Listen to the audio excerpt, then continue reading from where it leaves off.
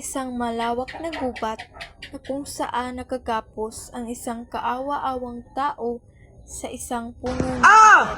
Panginoon ko! Bakit mo inayang pagtagsilan ni Adolfo si Arlene Sio at patayin ang aking ama? Siya si Florante, anak ni Duque Briseo ng Albania at Prinsesa Floresca ng Crotona. Siguro ito na ang aking katapusan.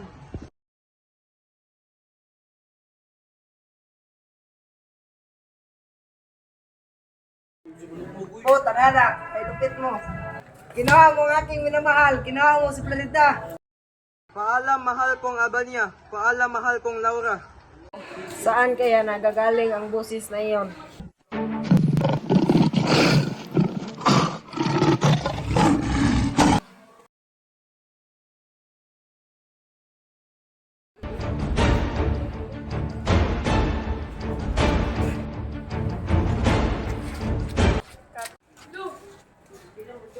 Sino ka?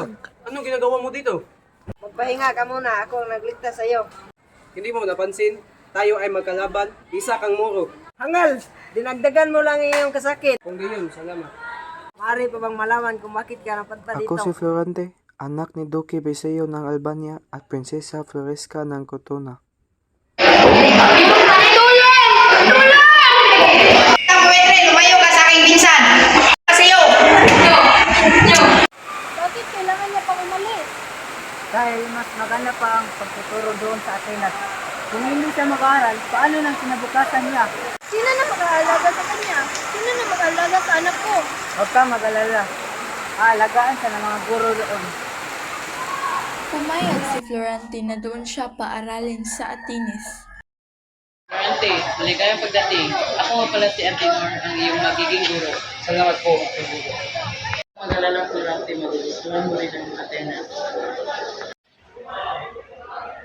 Binabati kita Florante dahil pinakita mo ang iyong galing. Salamat po. Noong na nagalit si Adolfo kay Florante, isang hapon, tinipon ni Antinor ang kanyang mga estudyante.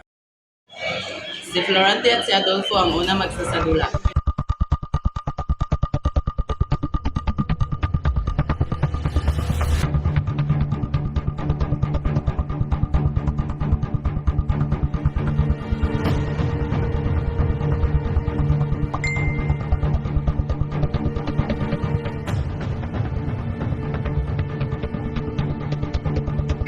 Ano ba, itingin mo rin yan? Mabuti na lang napigilan ni Minando si Adolfo. Isang taon pa ang nakalipas, nakatanggap si Florante ng sulat galing sa kanyang ama.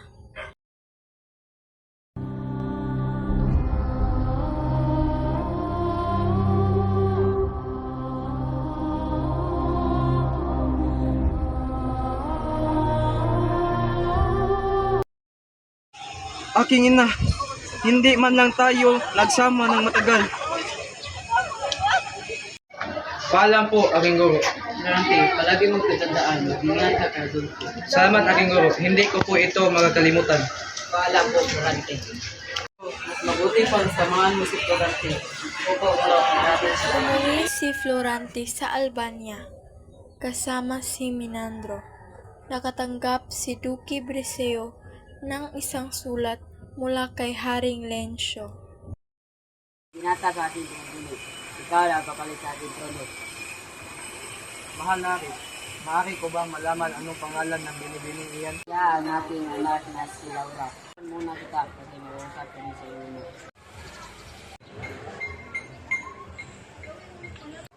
Magandang umaga sa iyo, Binibini. Kanina pa kita napansin dyan. Magandang umaga rin sa Florante. Palagi kang kinukwento ng aking ama. Sana makilala pa kita ng lubusan. Bigyan din sa iyo, ngunit ilang araw lang aalis ka na. Tama ka. Halika na. Magsisimula na. Katapos ng 3 gabing piging, Laura, Ingat ka. pangako, babalik ako. Magandang gabi, Florante. Maganda ka na para bukas. Salamat po sa iyo, pal.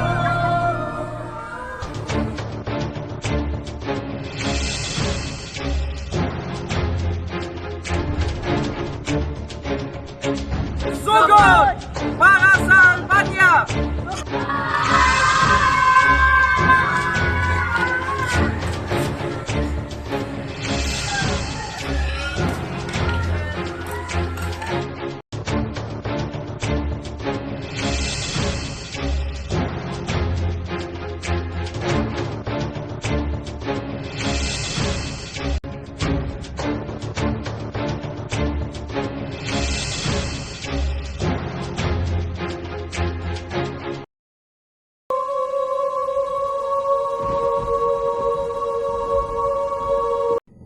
Nagtagumpay si Florante sa digmaan.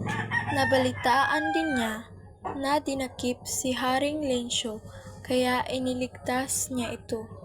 Pasensya ka na, pero kailangan mo ulit magpaglaban.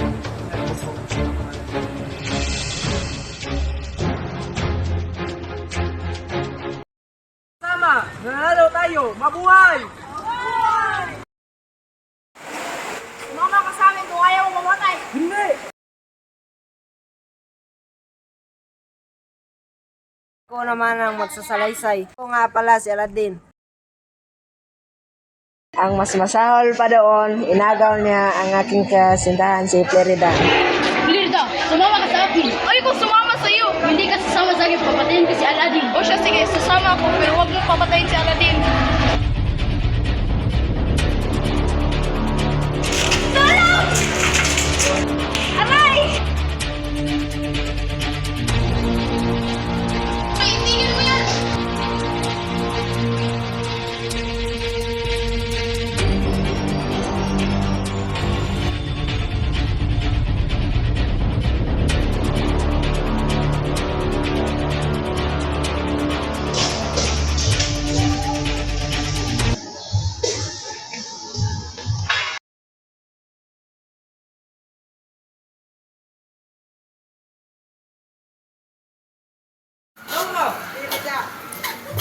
Florante!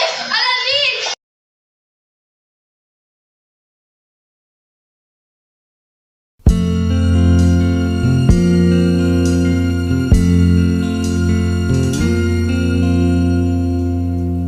Ang pag-ibig ay sadyang ganyan,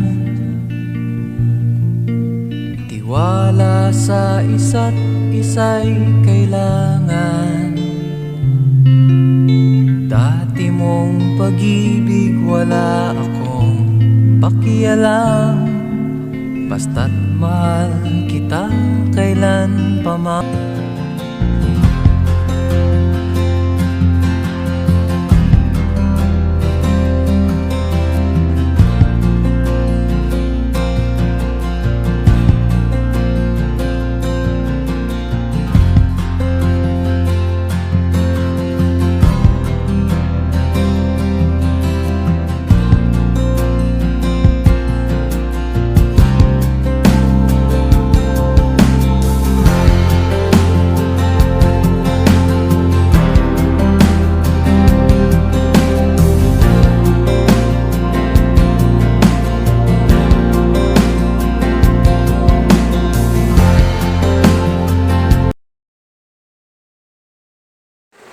Bakit kailangan niya pang umalis? Dahil mas Binabati kita si Florante.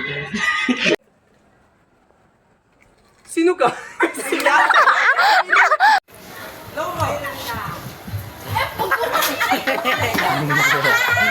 Florida. Sama! Mutan ang